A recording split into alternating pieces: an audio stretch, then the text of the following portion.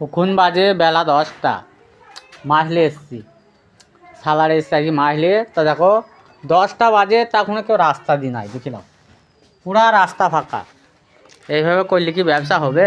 এত ঠান্ডা পড়েছে এখন, মাছ তো মোটামুটি ব্যবসা এখন ডাউন। ঠান্ডাতে মানুষ ঘর থেকে বেরিয়েছি না।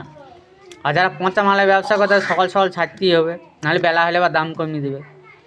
কী অবস্থা ভাই রে, অবস্থা খুব খারাপ। ওখানে সিজন চলছে একটাই, জ্যাকেট, চাদর, সোয়েটার, এগুলা সিজন চলছে। এগুলো এখন 1 মাস হু হু করে বিক্রি হবে। আর কোনো অন্য ব্যবসা এখন ডাউন। মাছ তো বেরিয়েছেই না, ঘর থেকে বেরিয়েছেই না, রাস্তায় কেউ নাই, ফাঁকা রাস্তায় যাও, পুরো ফাঁকা রাস্তা, কেউ নাই। তা এত ঠান্ডা পড়েছে কি বলবো, হে ঠান্ডা, আমি সেই টিয়া থেকে গাইলে চলে আসছি সালারে, মানুষ কোনো উঠছেই না, কি অবস্থা।